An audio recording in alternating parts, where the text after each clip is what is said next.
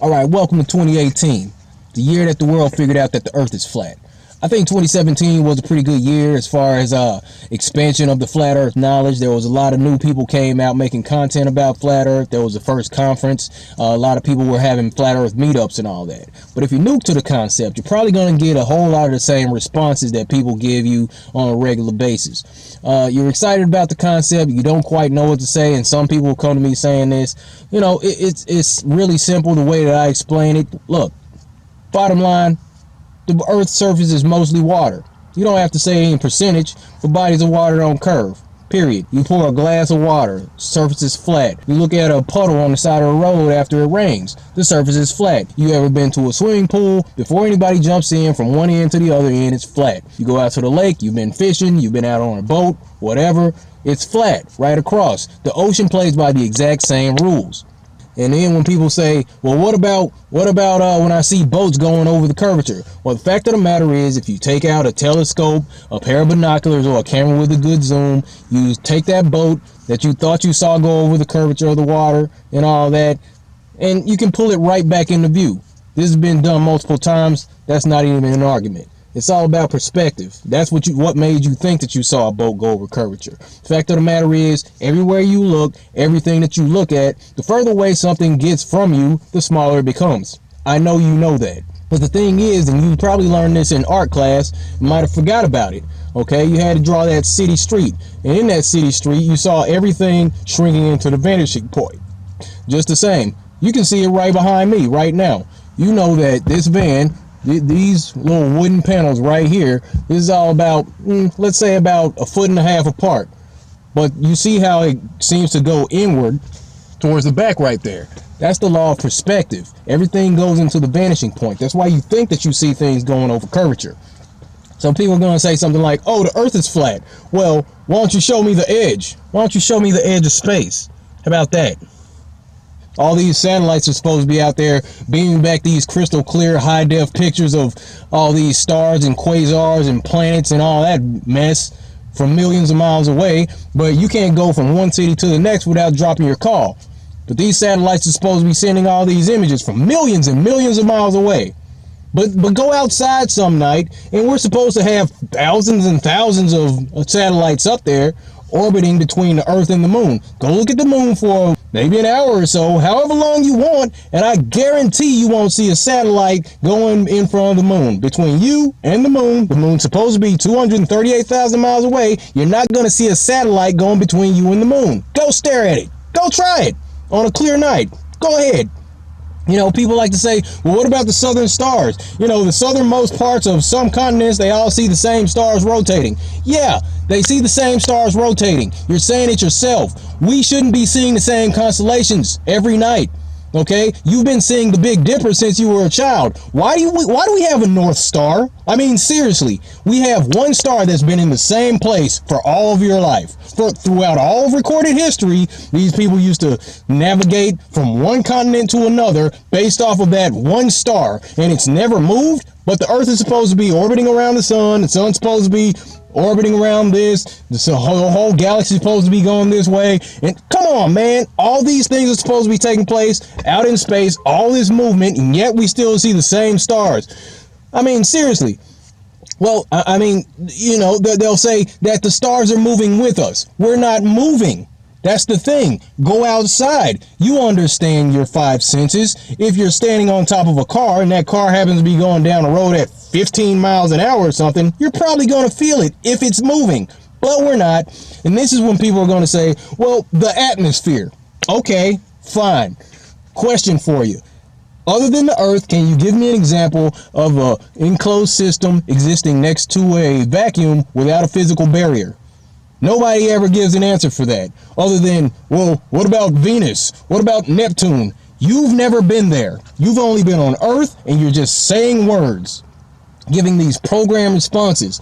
But okay, let's go with that. Let's say that we don't feel any movement on the Earth. We can't feel any of this rotation. There's none of this chaos that will be going on the Earth that's moving because of the atmosphere. Okay, fine. How about when the guys supposedly went to the moon and they're out there on dune buggies playing golf and all that, but the moon has no atmosphere, right? Moon's out in space. No atmosphere. The moon's supposed to be traveling, orbiting around the Earth. 2,288 miles per hour. Somewhere's about. Now, just for a basis of comparison, this is a guy trying to stay upright in 109 mile per hour winds. This guy, look, he's going to fall. Up, there he is. Falls, hits the ground. Can't even stay upright. Struggling to make a few steps. 109 mile per hour right there. Now, where are these 2,288 mile per hour winds? Because, I mean, there's no atmosphere on the moon, right? They should be experiencing some sort of wind hitting them, whipping them all around. But everything looks like it's nice and cool. You see the flag hanging there. You know, you're going to see a little string. Oh, wait, can you see the string reflecting off the guy's backpack? Yeah, there it is. Okay, yeah. So nice and fake. Those guys didn't go to the moon. This is all bogus. Anyway, let's get back to the video. They should have got whipped off of the moon because there's no atmosphere. But everything looked like it was nice and calm out there. No atmosphere, nothing blocking them from the vacuum of space and the surface of the moon. So what is it? Because it seemed like everything was nice and cool on the moon. But no, it was the atmosphere that keeps us from feeling anything here. But they're out on the moon, so there's something different going on. Let me guess. Gravity? People are going to come around and say gravity, okay? That which you perceive to be gravity, the force of gravity, supposedly, things rise and fall based on molecular density, okay? The helium inside a helium balloon, helium on a molecular level is lighter than the oxygen outside the balloon. So that helium causes the balloon to float, okay? Your phone, when you drop your phone, that's because your phone is more dense than the oxygen that surrounds it. That's why it falls. But if you drop that same phone in the water, that same phone, because it's more dense than the water that surrounds it, that phone's still going to sink. But what's going to happen is the bubbles are going to escape that phone because there's going to be oxygen inside that phone, and those bubbles are going to float right back up to the surface because the oxygen is less dense than the water that the phone fell into and that the bubbles are surrounded by. So everything is just trying to find its own balance within the density, okay? That's all that is. That's all that is. There's no imaginary force. You're going to say gravity? Okay, so you're telling me that sometimes gravity's pulling things down to the surface. So if you jump and you come back to the ground, that's because gravity pulled you there. Okay, but there are people supposedly upside down, thousands of miles beneath your feet, living, operating machinery, flying planes, riding bikes, living their lives upside down while there's water sticking to the bottom of a spinning ball. Yet, gravity's strong enough to hold all these trillions of gallons of water to the bottom of a spinning ball, but yet a little butterfly can go flying around with no problem. Okay, so gravity pulls things to the surface, but when it's out in space, gravity's not strong enough to actually pull anything anywhere. Gravity causes things to just orbit. So it's very selective. Sometimes it pulls, sometimes it just causes to orbit. We can't really figure out what gravity is supposed to be doing here. That's because it's made up, okay? Gravity's their little go-to to make sure that they can explain everything that makes absolutely no sense in this silly, ridiculous heliocentric model. What I'd like to ask somebody is, well, gee, I don't know. Here, can you make water stick to a spinning ball? Practically? Seriously, can you do it? Nobody really can. Here, hold on. Here, what? Here's a globe. You know what's gonna happen if I take this little Lego guy and I try to stick him to this side? I think you know exactly what's gonna happen. You know, if I try to stick him, make him stand up here in Africa, you know what's gonna happen? I think he's gonna fall off, right? Try to make him stick in South America, he's gonna fall off. America, he's gonna fall off. Oh, because it's tilted, right? Okay, yeah, but it's not big enough to create gravity. Yeah, water doesn't stick to a spinning ball. Now, let's try that on a flat earth map. Ta-da! Oh, look.